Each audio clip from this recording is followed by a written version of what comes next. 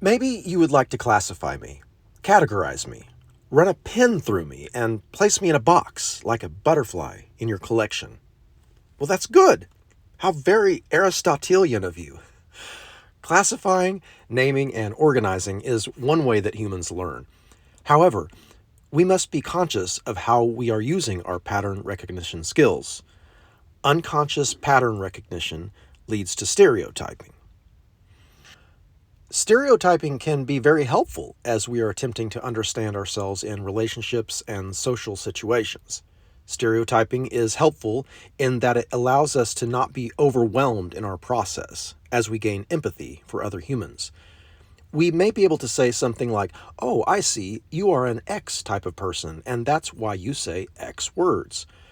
Our evolutionary minds are constantly looking for the opportunity that novelty brings.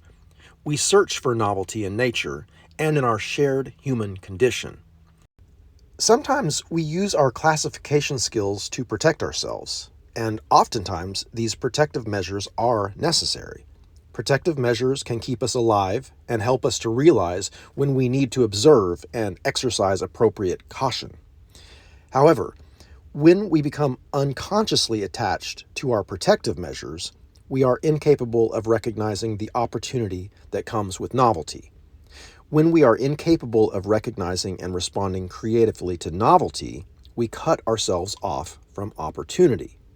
For instance, look what happened when Europeans first arrived in the Americas.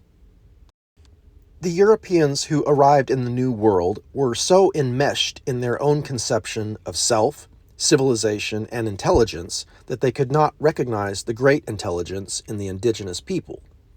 There was a great treasure waiting to be discovered in the virgin land and the hearts of the indigenous ones, but our lust for gold and territory blinded us to the novelty that we were encountering. When we are attached to our own agenda, we will never be able to see the value in others. Unconscious attachments blind us to our salvation and leads us to our own self-condemnation. Unconscious attachments cause us to other the other. This still happens very often between us all. We become so completely and unconsciously invested in our own agendas and worldviews that we are unable to value the treasure that lies hidden in each human expression. This behavior is harmful and hurtful, one might say genocidal. We are bound to perpetuate the great violence if we have not done the work to recognize this violence in ourselves. We classify and organize human behavior and language for the purpose of recognizing and responding creatively to novelty. Inability to respond creatively and lovingly to novelty is what we might choose to call unjust judgment. No one is immune from this tragedy. Higher levels of melanin in our skin tones does not necessarily mean that we are at a higher consciousness level. We are all born into this great violence, regardless of our ancestry. Dave Chappelle tells a story about a slave of African descent who is given his freedom and land. Immediately, the freed man purchases his own slaves and continues the great violence in himself. Is this not very much like the human condition? Absurd, right? We were all born into the great genocide and the great slavery. Often, we are employing our most base survival skills to get on top. However, if we conform to the pre-existing institutions, if we go along with the status quo, then we will undoubtedly continue the violence in our species as a whole.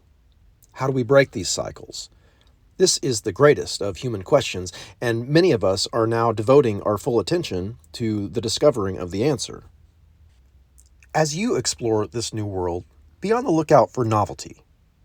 As you discover novelty, make a creative and loving inquiry. Avoid sticking pins through people and placing them in your collection. Placing people in your collection is what we might call objectification. Objectification leads to dehumanization, as in the case with Europeans and the indigenous Americans. And objectification, as we know, didn't stop there. Our current unjust systems and the tyrants who benefit from them would like to divide the people. Division breeds fear. Fearful people can be controlled by unjust systems and tyrants. In order to break free from fear-based control mechanisms, we must choose creative and loving responses to the naturally emerging novelty in our universe. We conserve the wisdom of the past. We are liberated by wisdom. Conservatives, liberals. Overcome the violence in yourself so that you do not become the freed slave who becomes the slave master. Self-righteousness, in all its deceptive forms, must be vanquished. Unjust governments must be overcome with the most creative acts of love and compassion. We must adjust the frequency that is now emanating from our species. We must be wise like serpents. We must be gentle like doves.